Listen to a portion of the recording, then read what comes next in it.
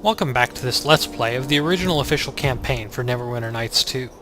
Last time we did the stuff at Highcliff, which involved a rather unorthodox negotiation with some lizard men.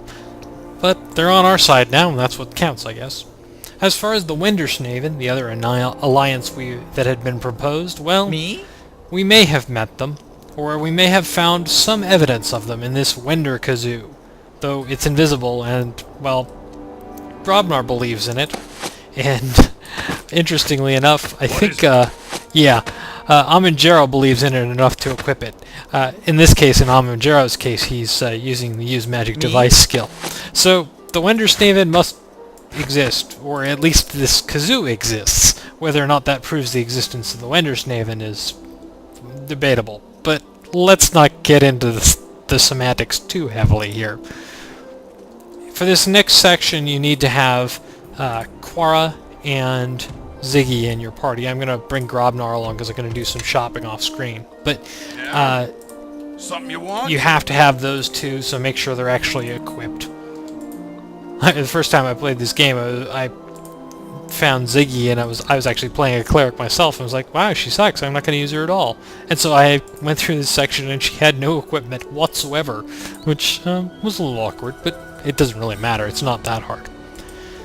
We can talk to Kalendra here. We found some new ore deposits on the way to Highcliff and at that strange glade where we met the Wintersnaven, so that should give us enough metal to buy the next upgrade of armor for our troops.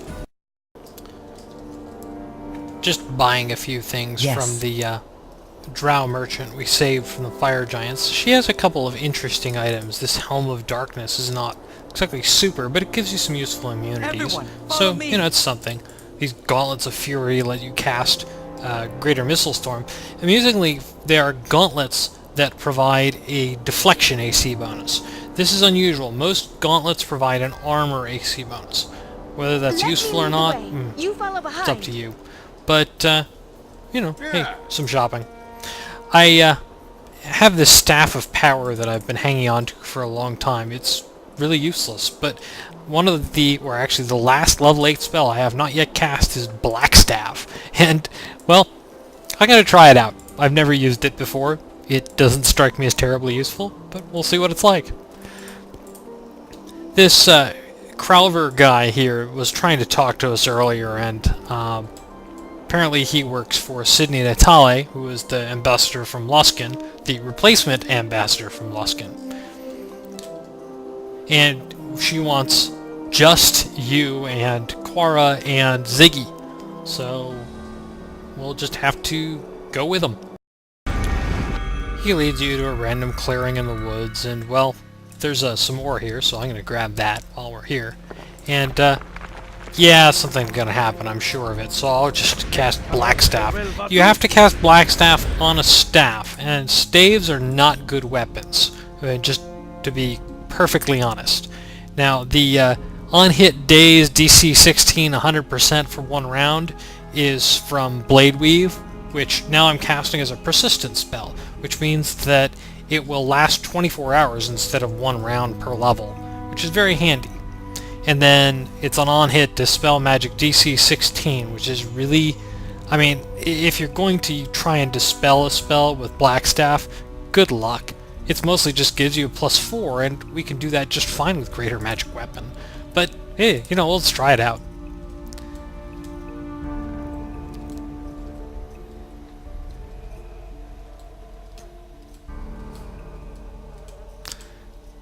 Anyway, she has some banter with Quara.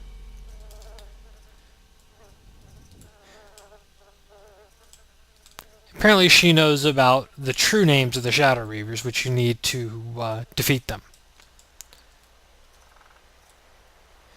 And apparently only Ziggy, and it turns out also Jero, could read them. So they apparently want to kidnap Ziggy so that they can make use of them.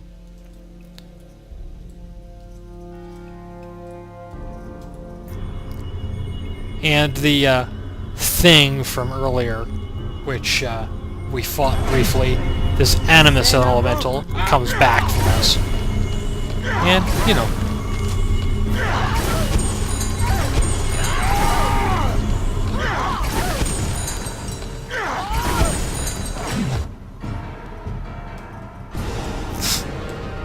not exactly much of a fight, but we can try and intimidate Jalboon to switch sides on Sydney. And Sydney now starts with her little teleporting thing. Through blood. And there are a bunch of other assassins in the area. We'll fight them in good time.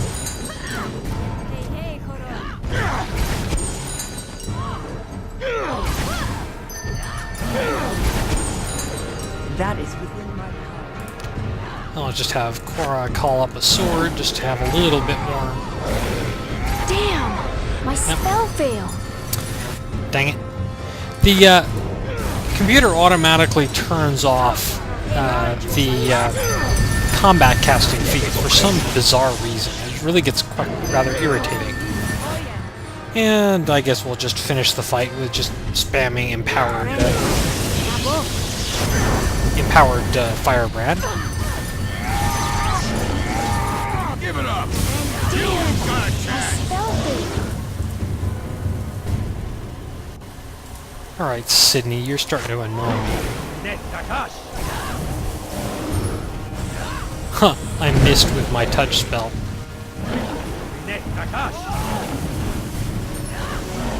Or either that or she's immune to negative energy damage, possibly.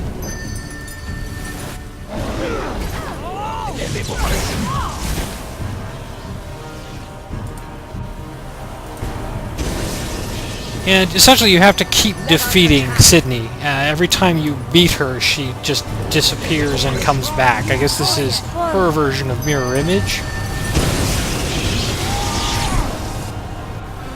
But this fight is actually somewhat annoying. And probably not the best place to mess around with extremely weak spells like Blackstaff, but, you know, hey, nice little challenge just for the fun of it. There goes another one. Mind flayer slain. And I'll have Ziggy cast a Create Greater Undead just to keep things interesting.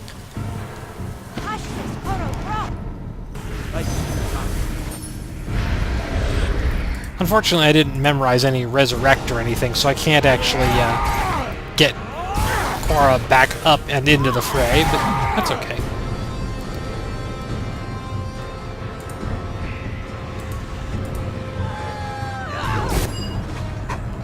Huh. Anyway, in defeating Sydney and Natalia, we also get the True Name Scroll, which we can use to win against the Shadow Reavers. Now that we have their true names, we can actually defeat them. Not just dispel them, but defeat them all outright.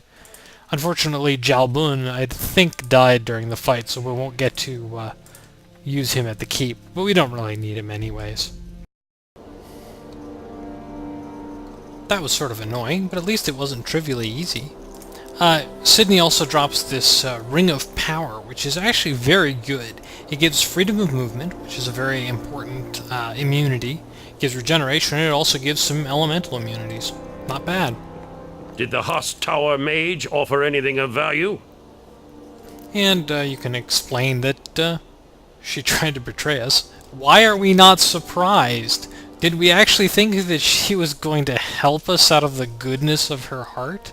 We are of little faith, even if we do believe in the Wendersnaven.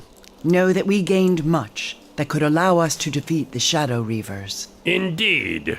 And what might that be? Oh, she has their names, so we know what to call them when we're asking them not to attack us. Their true names? Show them to me. Know that I am entrusted with them and will keep them with me. They have not been copied elsewhere. What I hold is the only record of them. Alright. Now, you can either give them to Amangero or give them to Ziggy, or you can actually just, you know, be the adult, tell them to, you know, kiss and make up, and have both of them have them. A wise decision. Let me read these. They might work. It is a slim chance, but better than nothing. These names carry power, and they are our salvation in this war. Furthermore, you know this. I can see in your gaze and hear it in your words. I recognize the script these names are written in, and how they may be shaped with voice. I may use them when the time is right, and know that I am the only one who can do it. You are mistaken. I think you will find the secrets of that script are as apparent to me as they are to you, so either you or I could use them as weapons, which I think benefits us both. Then we shall each be armed for the battle that awaits. Provide me with my own scroll with the names, and we shall each carry them as blades. That is a task for Aldenon. I have more important matters than to serve as your scribe. In the meantime, I think your Lieutenant Kana has had some success in tracking the Reaver's movements. I would go see her. Then we can decide on our next course of action. Alright.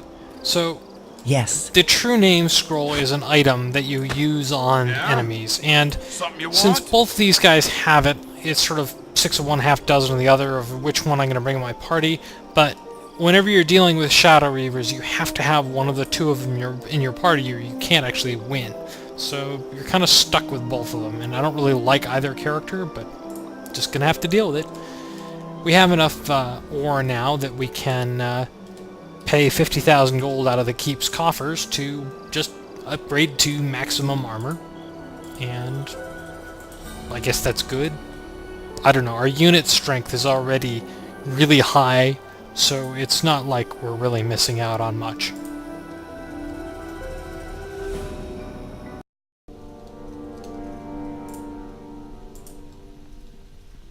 Knight Captain, welcome back. Have you found what you needed to counter the Shadow Reavers? Excellent. I've had our scouts scouring the lands for the Reavers. They are elusive, but we've tracked one of their number.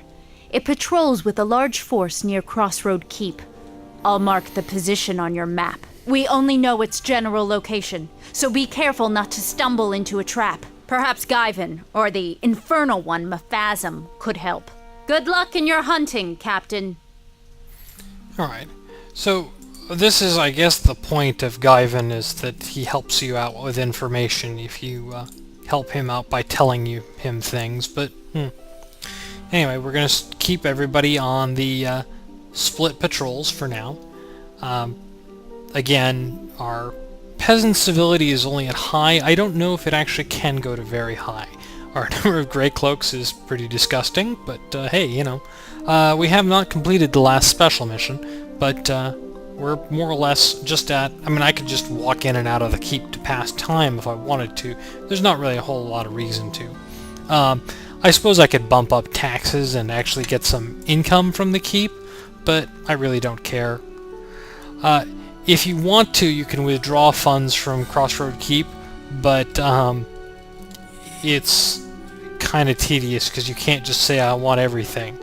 You can only say 5,000 at a time, which, you know, it won't take you that long to get all the money out from the Dragon Horde, but oh well, you know, I don't really need the money much anymore.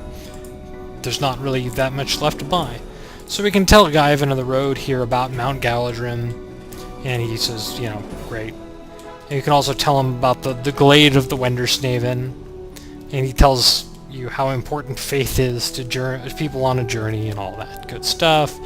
And then you can ask him to help you track down a Shadow Reaver, and, well, you can essentially tell him to cut to the point. Alright. Well, that's about all the time we have for this episode. Next time, we're going to hunt us down a Shadow Reaver. We'll see how it goes.